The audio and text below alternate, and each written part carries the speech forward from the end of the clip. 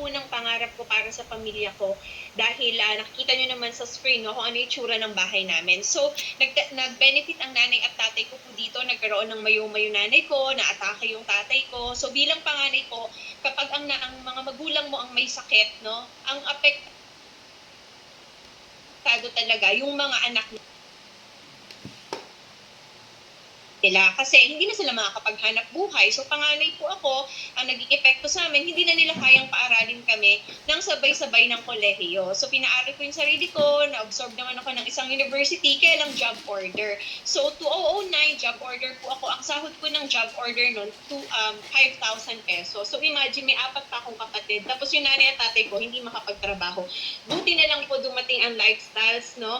Halos wala nga kami pambili ng intra noon at saka ng fiber light. Pero nanalangin talaga ako na sana no, may dumating na magandang para sa kalusugan ng nanay at tatay ko. Nung una, para lang sa kanila. Pero nung nakita ko yung opportunity, tulad nung diniscuss ni GMD Jen kanina, yung instant at saka express na magpo 40%.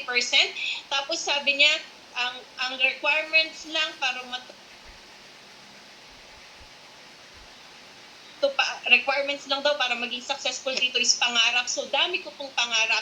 Kaya lang, ang Instant at Express, 100,000 tsaka 60,000. Pero sabi, di ba, pag gusto, may paraan. So, 8 tao po ang hiniraman ko walang magpahiram sa akin ng 60,000 na isang tao. Ang ginawa ko po, 8 tao ang hiniraman ko para lang makapagsimula sa opportunity na to. Sabi ko, dito matutupad ang pangarap ng pamilya namin. No? So, true enough, dahil 20 years old lang ako noon, inaral ko siya, yung personality growth ko, yung attitude ko, inaral ko yung negosyo, and unti-unti po natutupad ang mga pangarap. Yung bahay po namin na halos tumutulo, no, pagka umuulan, binabaha, yung mga kapatid ko po na inuutang namin yung tuition, pinapalabas sila para lang pag wala na silang pang tuition because of lifestyles po, no. Ngayon, ang ganda na po ng bahay namin, yung 3 po sa kapatid ko na pag-graduate ko because of this opportunity. So sabi ko, unti-unti nang natutupad, no.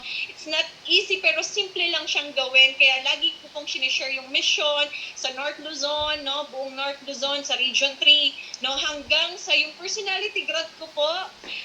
Inaral ko po ito, na-promote po ako na National Marketing Director, and my life po, nabago po talaga siya. Imagine, mula nung kinder yata ako, tricycle na yung sinasakyan namin hanggang sa mula 1 kilometro yata pag pinaandar na yung tricycle ng tatay ko, rinig na kasi buburok-bok na siya, no? But because ginawa ko yung business, ginawan ko to ng paraan. Nung naging National Marketing Director po ako, nirigalo ko po talaga sa pamilya ko na magkaroon ako ng brand new car, no? Ginawa ko po tong business, imagine 21 years old po ako, wala po akong sasakyan. Nagka-tricycle, nagbabas, no?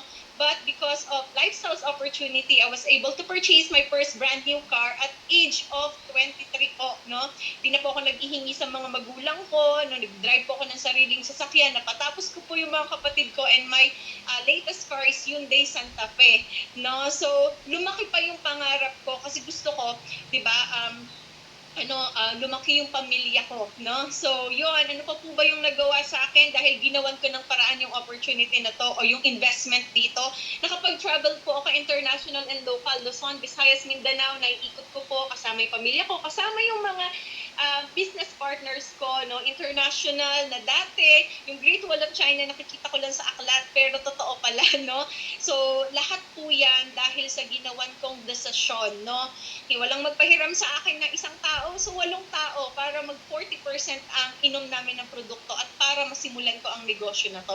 And ang pinakamasarap po dito kapag nakapagbibigay ka na sa iba, 'di ba? Yung sapat na para sa inyo, yung lumalaki yung yung pamilya mo at yung organization mo. So meron po kaming tinawag na Equippers Club, no, organization. Nagbibigay po kami sa mga less fortunate kapag mga papunta na tong burn, no, nagbibigay po kami ng mga gifts, no, and kapag po simula na po ng pasukan, nagbibigay po kami sa mga estudyante ng mga school supplies, no, and soon, no, magkakaroon tayo ng mas maraming scholars. Hindi ko po ito magagawa kung hindi ko ginawa ng paraan yung pagsisimula dito, no.